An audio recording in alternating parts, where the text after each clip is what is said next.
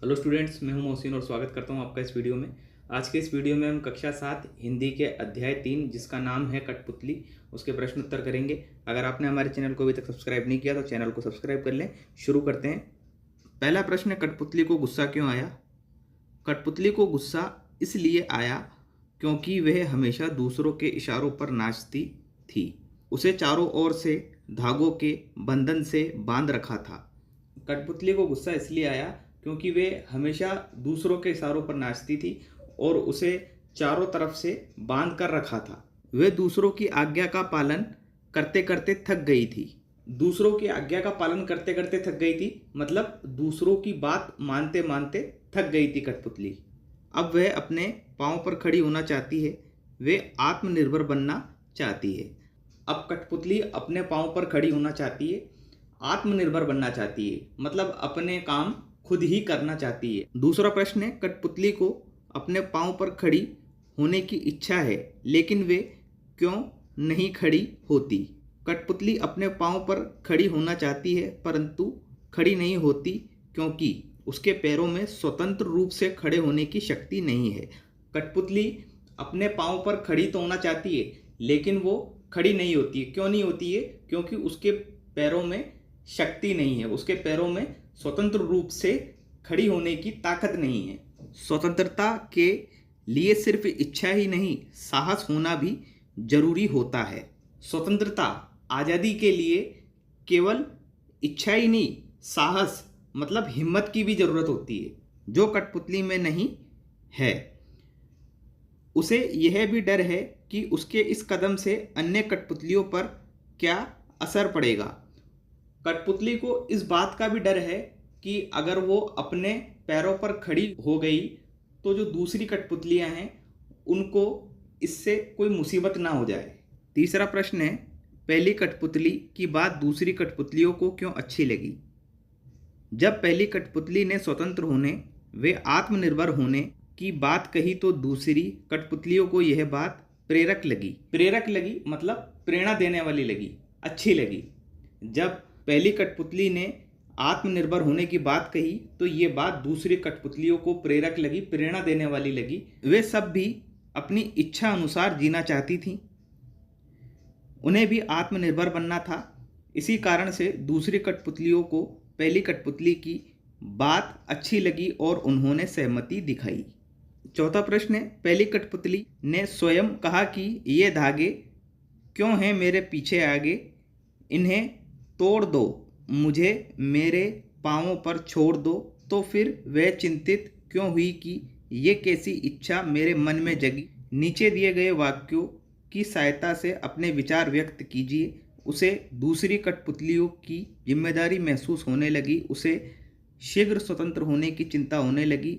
वे स्वतंत्रता की इच्छा को साकार करने और स्वतंत्रता को हमेशा बनाए रखने के उपाय सोचने लगी। वह डर गई क्योंकि उसकी उम्र कम थी। पहली कठपुतली अपने पाँव पर खड़ी होना चाहती थी अर्थात पराधीनता उसे पसंद नहीं थी। पहली कठपुतली अपने पाँव पर खड़ी होना चाहती थी। पराधीनता मतलब गुलामी, गुलामी उस कठपुतली को पसंद नहीं थी। वह आत्मनिर्भर बनना चाहती थी मतलब वो अपने सभी काम अपनी इच्छा अनुसार खुद करना चाहती थी।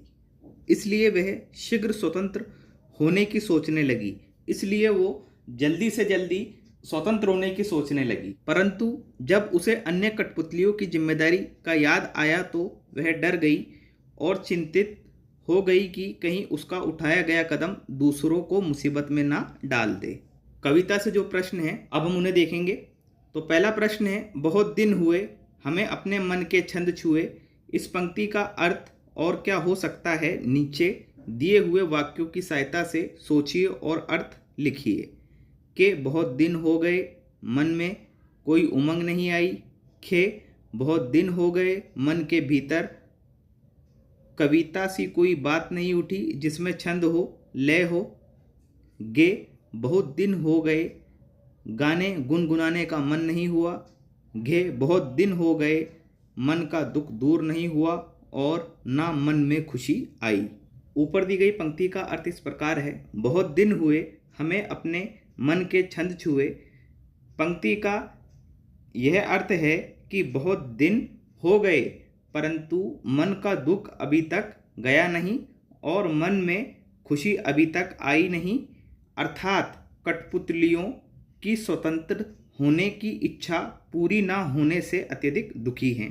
कठपुतलियाँ कह रही हैं कि बहुत दिन हो गए, हमारे मन का दुख अभी तक दूर नहीं हुआ और हमारे मन में खुशी नहीं आई। जो कठपुतलियाँ हैं वो अपने स्वतंत्र होने की, अपने आज़ाद होने की जो इच्छा है उसके पूरी ना होने के कारण दुखी हैं। कविता से अगला प्रश्न है, नीचे दो स्वतंत्रता आंदोलनों के वर्ष दिए गए हैं, इन दोनों आंदोलनों के दो दो स्वतंत्रता सेनानियों के नाम लिखिए। के सन 1857, खे सन 1942। के सन 1857 बेगम हजरत महल, रानी लक्ष्मीबाई। खे सन 1942 जवाहरलाल नेहरू, सरदार वल्लभ भाई पटेल। अनुमान और कल्पना। इसमें पहला प्रश्न है, स्वतंत्र होने की लड़ाई कठपुतलियाँ कैसे लड़ी होंगी और स्वतंत्र होने के बाद स्वावलंबी होने के लिए क्या क्या प्रयत्न किए होंगे।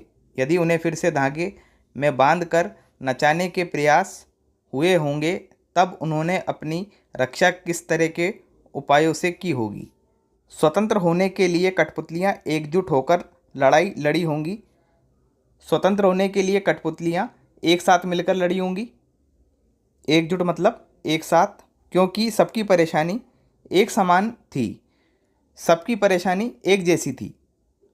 स्वतंत्र होने के बाद स्वावलंबी आत्मनिर्भर होने के लिए उन्होंने एकाग्रता मतलब अपना पूरा ध्यान लगाकर हिम्मत और धैर्य तसल्ली के साथ साथ संघर्ष किया होगा, लड़ाई लड़ी होगी।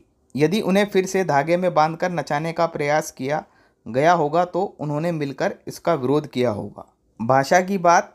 इसमें पहला प्रश्न है, कई बार जब दो शब्द आपस में जुड़ते हैं तो उनके मूल रूप में परिवर्तन हो जाता है। कठपुतली शब्द में भी इस प्रकार का सामान्य परिवर्तन हुआ है। जब काट और पुतली दो शब्द एक साथ हुए कठपुतली शब्द बन गया और इससे बोलने में सरलता आ गई। इस प्रकार के कुछ शब्द बनाइए, जैसे काट, कट से बना कट गुलाब, कट फोड़ा। हाथ, हथकड़ी, हथकरघा। सोना, सोनभद्र, सोनजूही।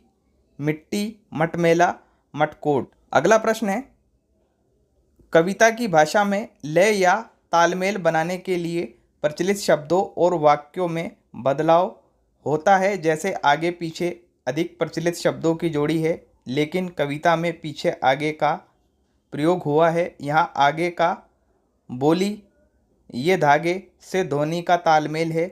इस प्रकार के शब्द की जोड़ियों में आप भी परिवर्तन कीजिए। दुबला पतला, इधर उधर, ऊपर नीचे, दाएं बाएं, गोरा काला, लाल पीला आदि।